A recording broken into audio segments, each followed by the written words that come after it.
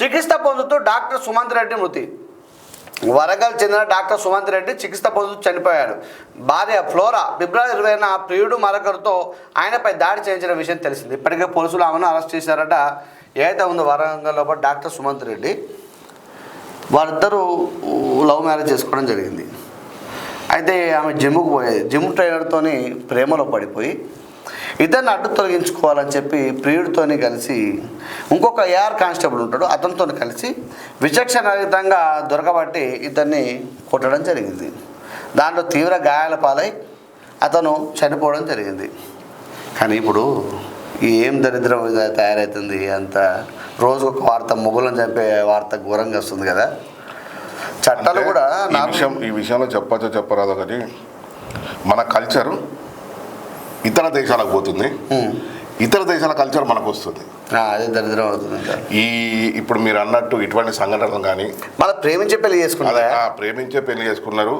ఈ ఒక్కరితోని ఇద్దరితోని ముగ్గురితోని తిరగటం, మళ్ళీ వాళ్ళ కల్చర్ పూర్తిగా మనం అందిపుచ్చుకొని స్వాగతిస్తున్నాం. అంటే ఇందులో ఆడవాళ్ళని తప్పనట్లేదు, మగవారు కూడా అట్నే తయారవుతున్నారు. ఇద్దరి గురించే మనం మాట్లాడడం జరుగుతూ ఉంది. ముఖ్యంగా కల్చర్ ఇది ఎవరిని కించపరచడానికి కాదు, ఎవరినో ఏవెత్తి చూపెట్టడానికి కాదు. కల్చర్ అసలు మన భారతదేశ కల్చర్ను ఇప్పటికీ అమెరికా వాళ్ళు మొన్న ఎవరో అది ఇన్స్టాగ్రామ్లో చూడడం జరిగింది. భర్త ఉన్న వాళ్ళిద్దరూ ఏదో మజా బాటలో పురుగుల మంది కల్పించిందట. అదే తను ఏదో ప్రేమించి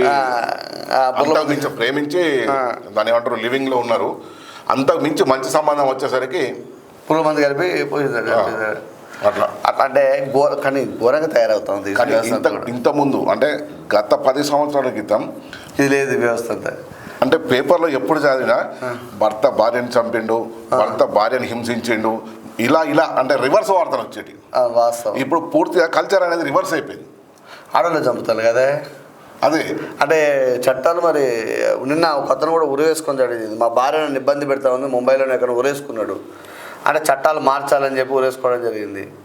మొన్న ఇక్కడ మనకున్న చట్టాలు కూడా దరిద్రం ఏంటంటే కొన్ని వాళ్ళకి సపోర్ట్ చేసే చట్టాలు ఉన్నాయి. కానీ ఇంతకుముందు జరిగేది వాస్తవానికి కూడా ఆడవారి మీద వరకట్న వేధింపులని 100 రకరకాలు జరిగినాయి, వాస్తవానికి జరిగినాయి.